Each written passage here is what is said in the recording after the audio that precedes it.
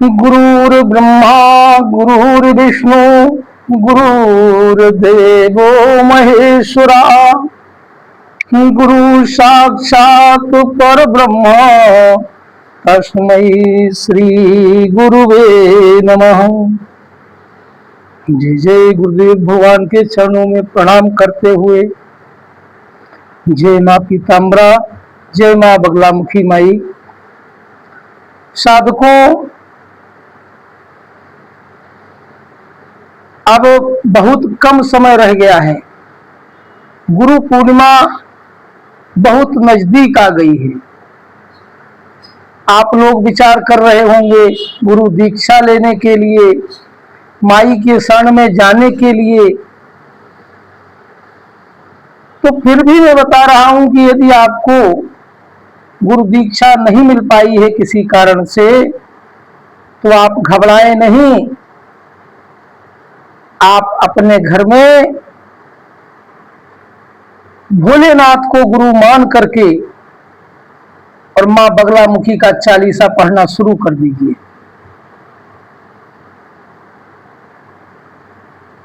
उनतीस तारीख को गुरु पूर्णिमा है, बुधवार का दिन है। और इस दिन भगवान शंकर के मंदिर में जाकर के और हनुमान वो माई का चालीसा पढ़िए, या अष्टोत्तर सतनाम आपको पढ़ना आता है तो अष्टोत्तर सतनाम का पाठ करिए। आपकी मनोकामना निश्चय पूरी हो जाएगी। जादू की तरह का कार्य करता है बगलामुखी माई का चालीसा। आप पढ़िए, समझिए कि चालीसा में क्या क्या लिखा है। माई की स्तुति है पूरे चालीसा में, और माई प्रेत पर सवार होकर के साधक के पास पहुंचती है। अगर आपको कोई शत्रु परेशान कर रहा है, परेशान करना बंद कर देगा, आप विचार कर लेना स्थिति को।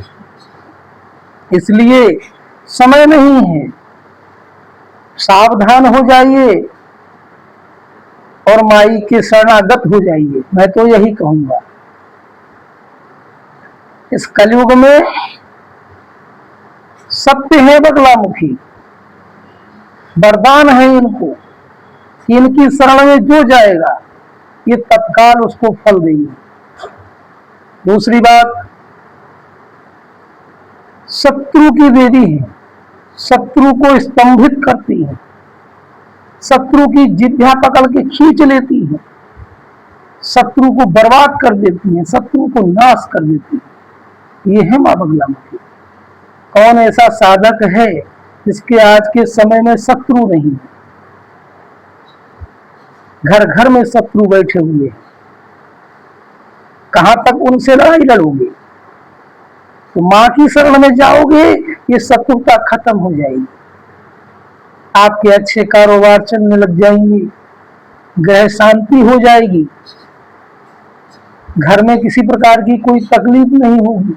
रोजगार बंधा हुआ है, किसी ने बांध दिया है, रोजगार चालू हो जाएगा। निगेटिव ऊर्जाएं घर की खत्म हो जाएंगी।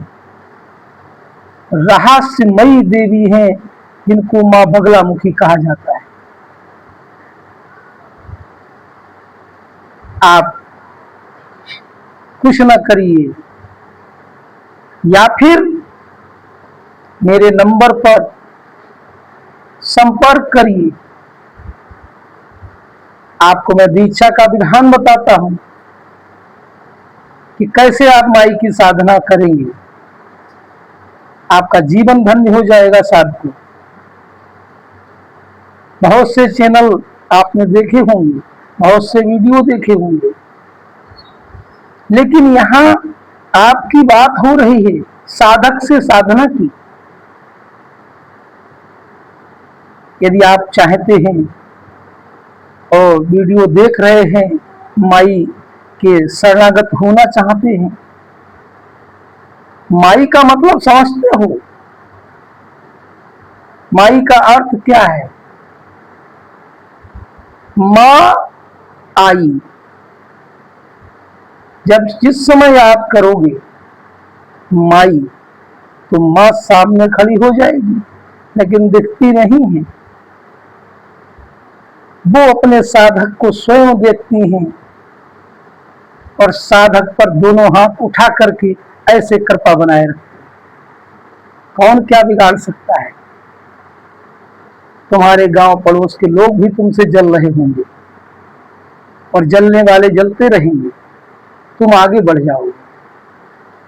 माई कहती है कि तुम किसी को देख के मत जलना, लोग तुम्हें देख करके जलते रहें, बाकी सब मेरे ऊपर छोड़ देना। ऐसी है ये माई बगला में। एक रहस्य नहीं है इनका।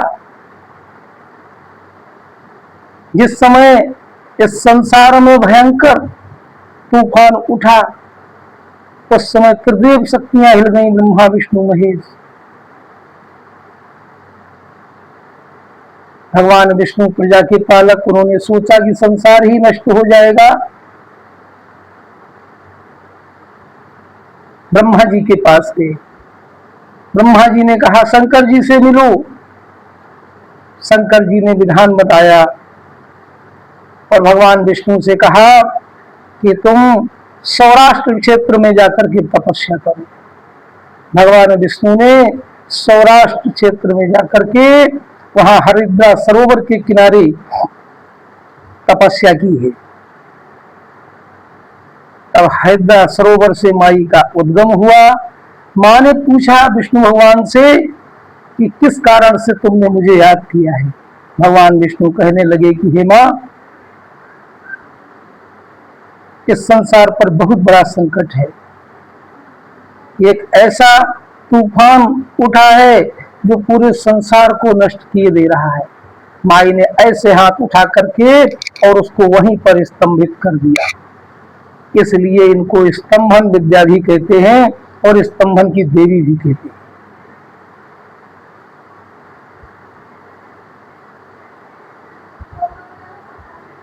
ये स्तंभन की भी देवी है, ये वाक सिद्धि की भी देवी है। निरंतर चालीसा पढ़ते रहिए, निरंतर इनका स्मरण करते रहिए, आपको वाक सिद्धि हो जाएगी। जो कार्य आज मां बगला मुखी से नहीं हुआ, मैं ये कहता हूं, फिर वो कार्य किसी से होगा नहीं। जान लेना कि ये कार्य होगा ही नहीं, क्योंकि ऐसी शक्ति है कि सब कुछ करने में समर्थ है। लेकिन आपकी साधना, आपका प्रेम, आपका निरंतर मां की तरफ लगाव कैसा है, वो सब समझती है। ऐसा थोड़ी है कि आज आप साधना में बैठ गए, कल ही आपको मां के दर्शन हो जाएं, ऐसा नहीं। ध्यान करिए, मैया का ध्यान करिए, चालीसा पढ़िए, धीरे धीरे धीरे धीरे आपके घर की प्रगति होती चली जाएगी। आप सब कुछ बदल देंगे, आपका इतिहास बदल जाएगा। इस संसार में कहते रहे हैं कि सकल पदार्थ है जगमाही, कर्महीन नर पावत नहीं। कर्म करना पड़ता है और कर्म भी करते हुए भगवान को साथ में लेके चलना होता है। जैसे मान लीजिए आप कोई कर्म कर रहे हैं तो अपनी बुद्धि और दिमाग से कर रहे हैं, उसमें अगर आपने भगवान को जोड़ लिया, या मान लो मैं माता ताम्रा बगलामुखी की माई का साधक हूँ, तो हमारे तो सारे कार्य वही करती हैं। तो मैंने उनको समर्पित कर दिया कि हे माँ, मेरा ये कार्य है, तुम्हीं को करना है, तो मुझे तो लगता है कि वो बहुत जल्दी हो जाता है, उसमें कोई विलंब नहीं होता। आपको ऐसा ही बनना होगा। जादू की तरह कार्य करती है मां बगलामुखी। तो मेरे कहने का मतलब यही है नए साधकों से कि गुरु पूर्णिमा से अपनी साधना को प्रारंभ करें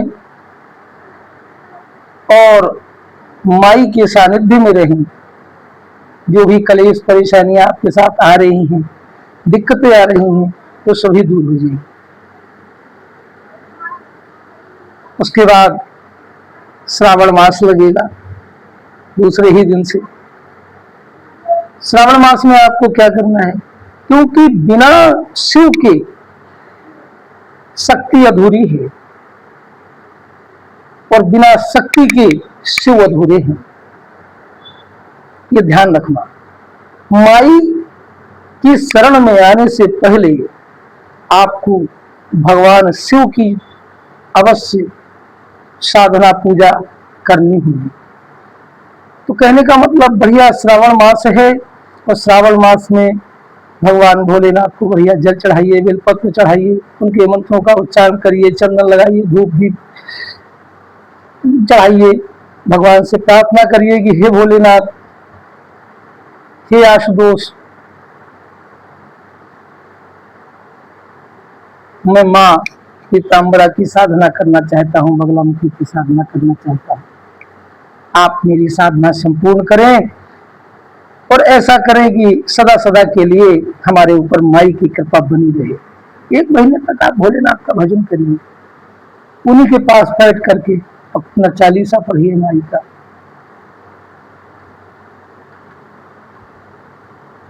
डबल आपको सिद्धि हो जाएगी, भोलेनाथ की कृपा हो जाएगी। जब भोलेनाथ की कृपा होगी तो मृत्युंजय महादेव अपने आप प्रसन्न हो जाएंगे। वही तो है, मृत्युंजय महादेव प्रसन्न हो गए तो हमारे भैरव बाबा प्रसन्न हो जाएंगे, भैरव बाबा प्रसन्न हो गए तो योगिनी प्रसन्न हो जाएंगी। ये सभी सेना है माई, और जब ये प्रसन्न हो जाएंगी तो माई तो प्रसन्न है ही, फिर आपके कार्य कौन से रुकेंगे बताओ? सारे कार्य आपके बनते चले जाएंगे और आप बढ़िया तरह से अपनी साधना को संपूर्ण कर लेंगे। अपने जो भी रुके हुए कार्य आपके हैं वो पूरे होने लग जाएंगे। आपको अनुभव होने लगेगा कि ऐसा ज्ञान मिला, माँ पीताम्बरा साक्षात लक्ष्मी है, धन की अध्यक्ष है। गरीब से गरीब व्यक्ति, आपके घर में निर्धनता है, आप शरण में तो आइए, मैं बता रहा हूं आपको उपाय, आप करिए।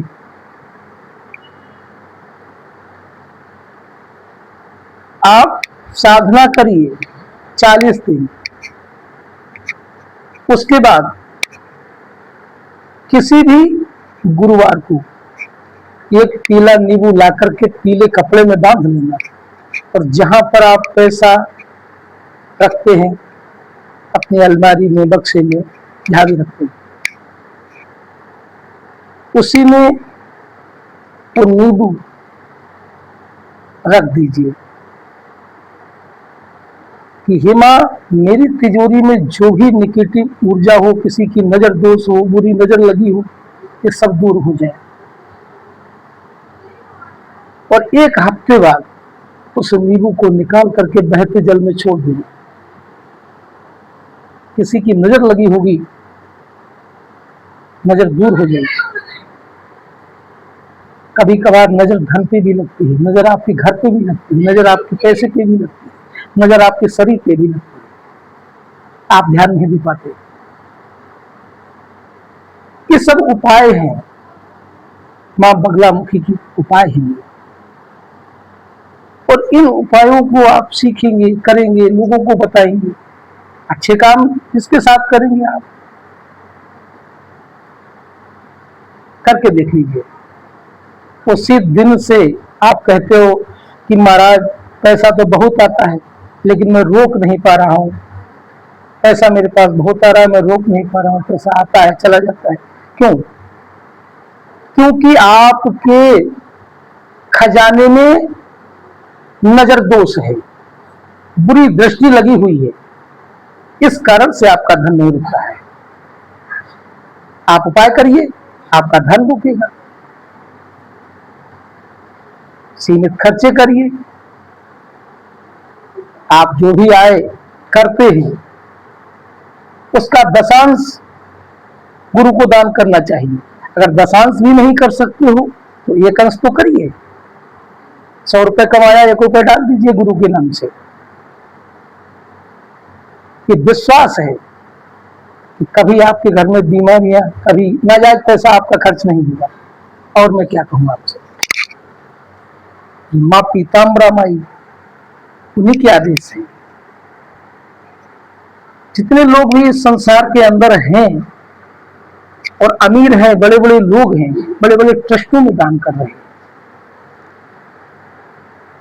तो पहले साधक बनिए और साधना करने के बाद माई की कृपा होगी, धनवान बनिए और जो भी भौतिक वस्तुएं आपके पास नहीं हैं वो उनकी कृपा से पूरी हो जाएंगी।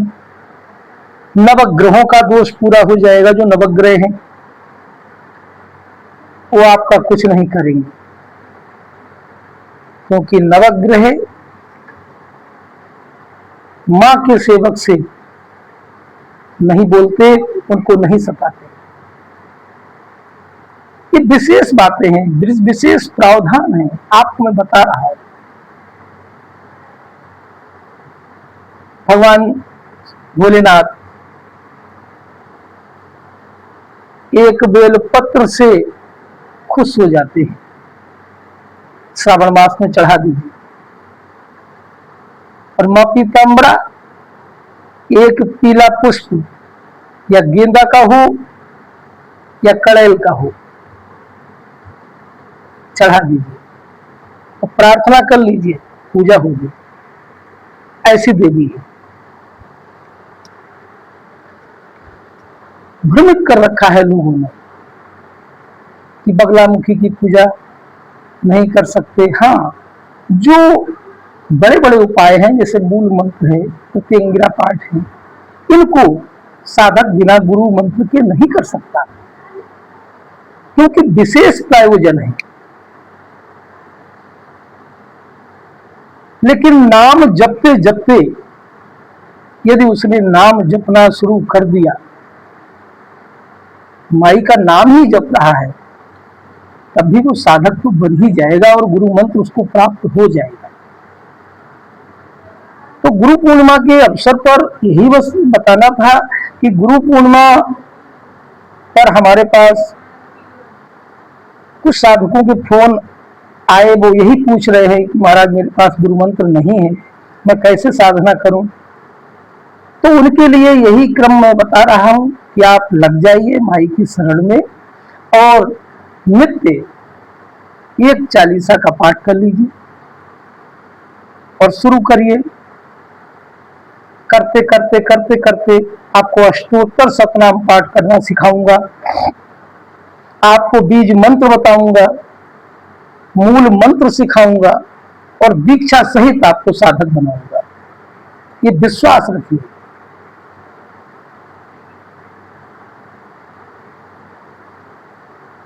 बस माई की साधना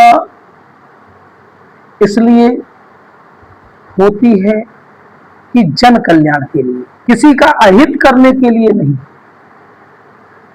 यदि आपके दिमाग में किसी का अहित करना है तो साधक मत बनना, क्योंकि ये स्वयं अपने आप में निर्णायक देवी है। ये आपके निर्णय को स्वयं करती हैं, आपको करने की जरूरत नहीं है। आपके साथ किसने क्या किया, किसने नहीं किया, उसका निर्णय लेने की ये स्वयं अधिकारी है। आप नहीं ले सकते इनका निर्णय। ये है मां की साधना का विशेष प्रावधान। और भक्तों, इसी तरह से हम आपको आपकी जानकारी के लिए नए नए वीडियो लाते रहेंगे। बगलामुखी साधना की जो भी जानकारी आपको चाहिए है या 10 महाविद्याओं में जो भी आपको जानकारी चाहिए है, तो अवश्य कमेंट बॉक्स में लिखिएगा। मैं आपको जो भी जानकारी होगी देता रहूंगा। जय माई की।